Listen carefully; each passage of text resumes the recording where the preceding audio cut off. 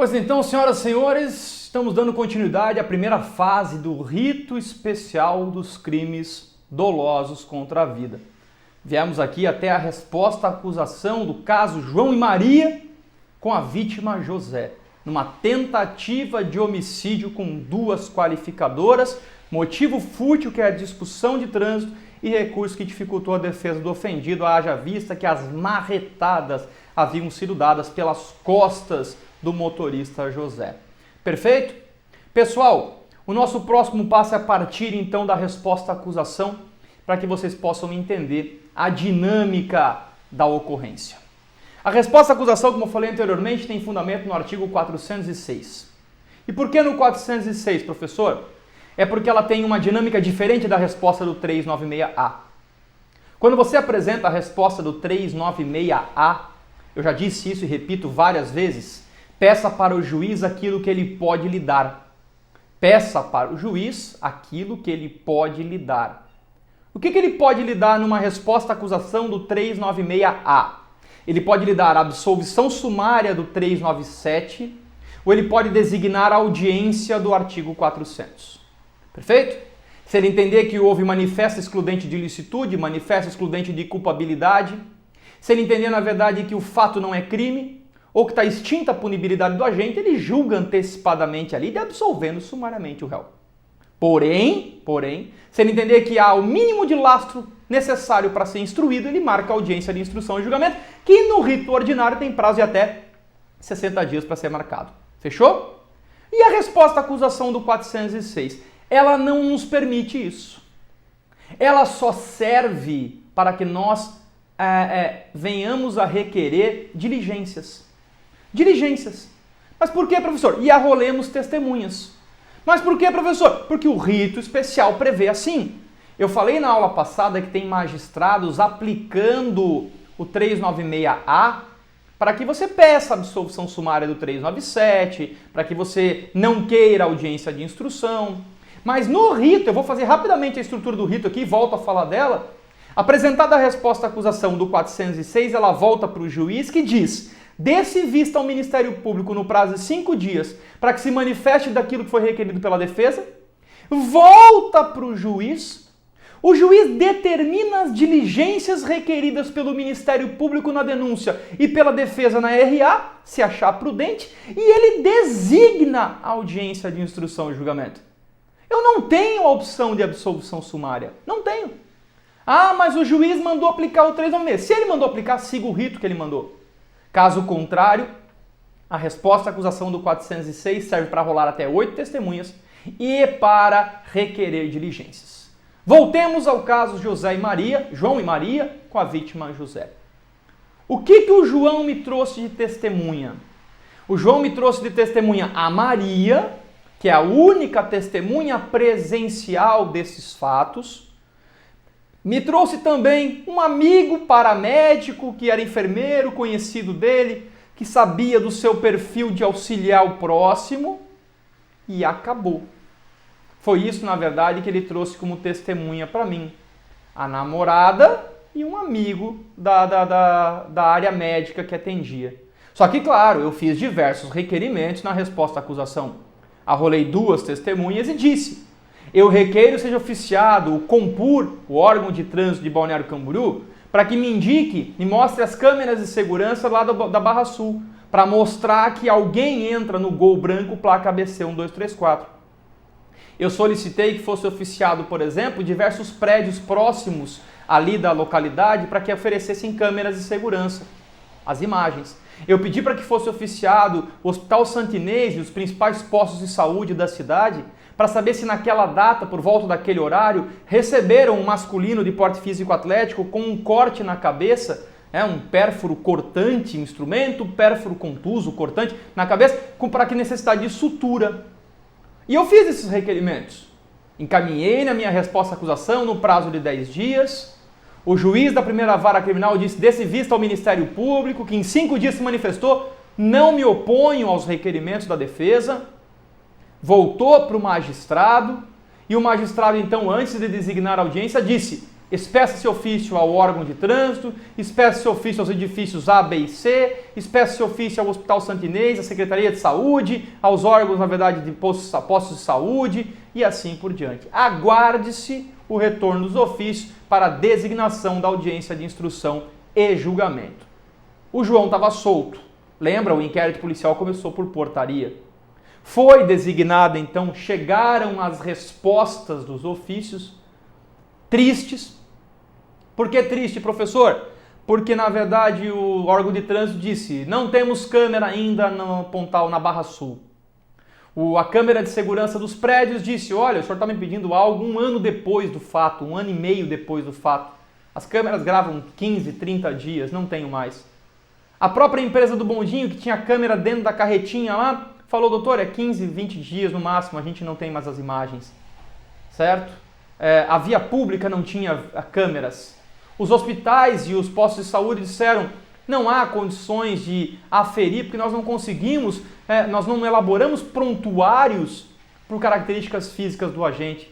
Se o senhor tiver o nome dele, se o senhor tiver essas informações, maravilha. Caso contrário, não tem como nós localizarmos. Então pensa, voltou tudo negativo para nós.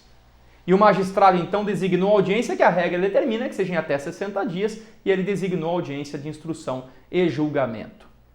Chegamos na audiência de instrução e julgamento. E eu vou dizer uma coisa para os senhores. O cobrador do ônibus mudou-se para São Paulo. Então houve a expedição de carta precatória para São Paulo para ouvir o cobrador do ônibus. Nesse interim, João e Maria terminaram o relacionamento. Eu ainda falei para ele: João do céu, não era o momento. Por que vocês terminaram o relacionamento? Não, incompatibilidade de gênios, não tem nada a ver, ela vai me ajudar, beleza. Maria começa a fugir de mim na faculdade. Eu querendo conversar com ela sobre o fato, a ponto de eu pressioná-la e dizer: Maria, você está mentindo. João bateu no motorista do bondinho e quis matá-lo. Não, professor, ele não fez, então ajude. Se você é testemunha presencial e você visualizou que não foi ele que fez isso, me ajude, ou ajude. Você é a única testemunha presencial. Nesse espaço de tempo, ela chegou a comentar comigo uma coisa: professor, o senhor acredita que eu vi o agressor na Atlântica esses dias?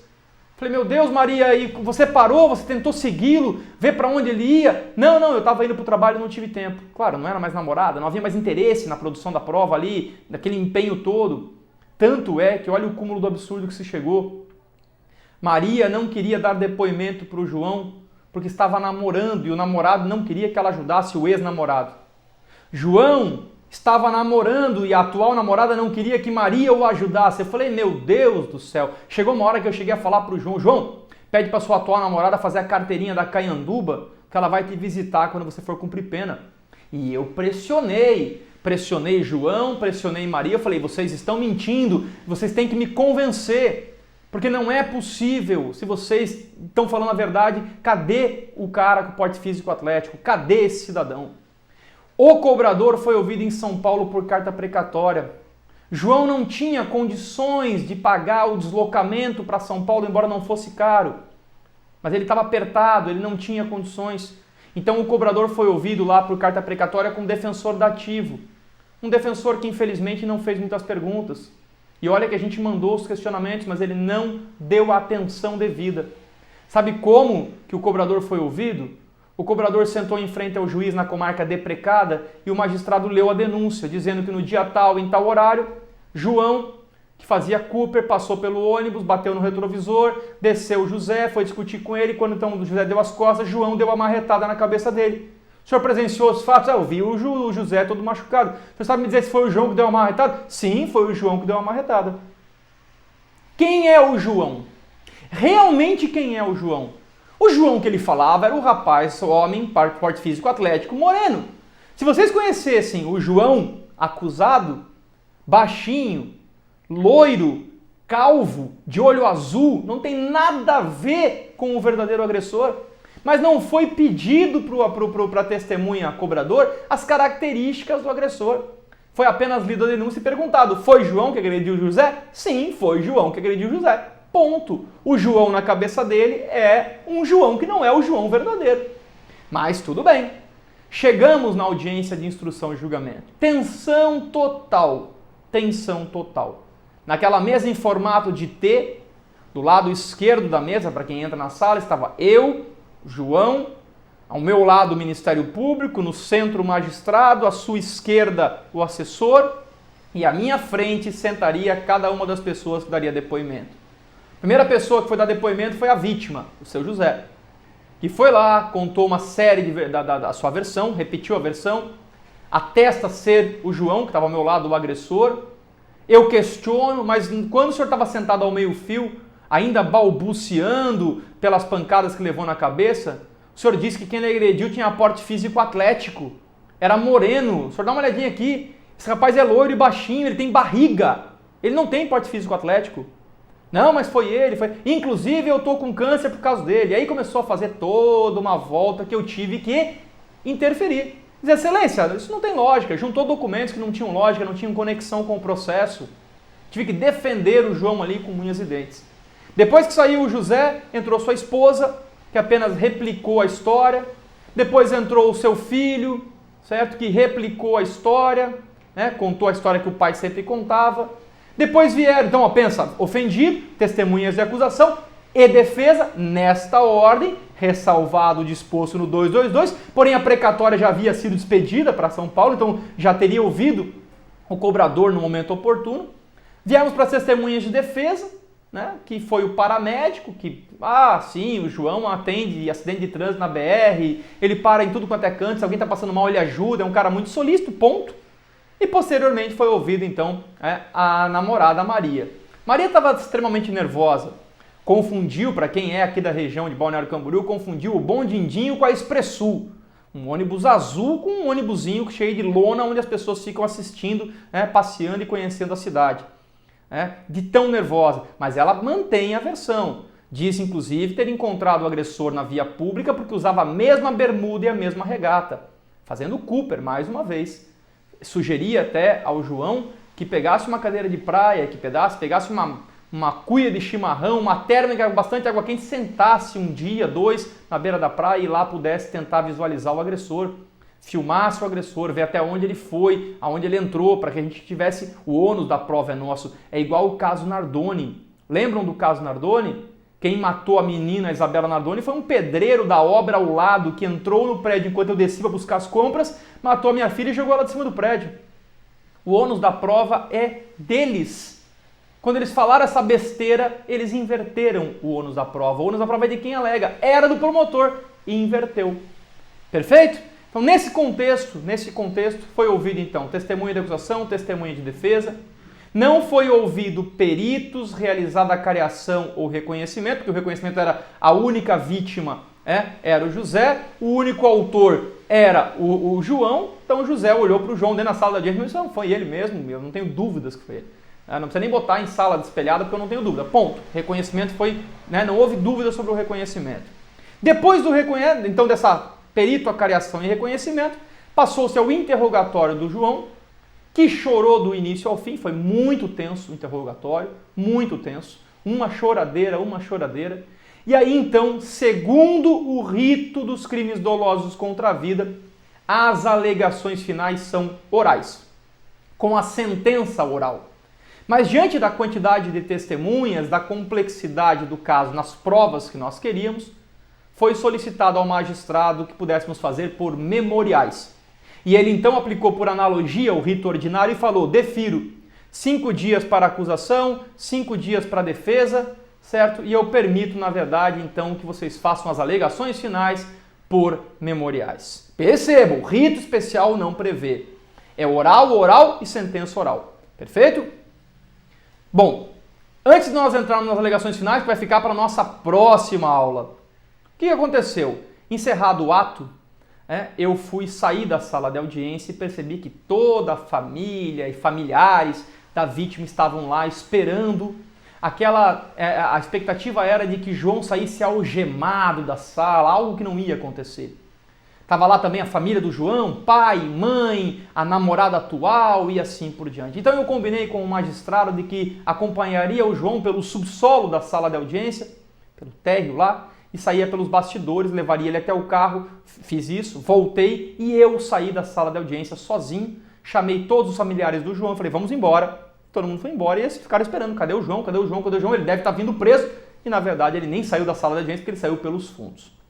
Quando eu estou saindo, o pai do João me chama. O pai do João é um homem muito alto, eu acho que deve ter, se não tiver uns 2 metros e pouquinho, tá próximo disso.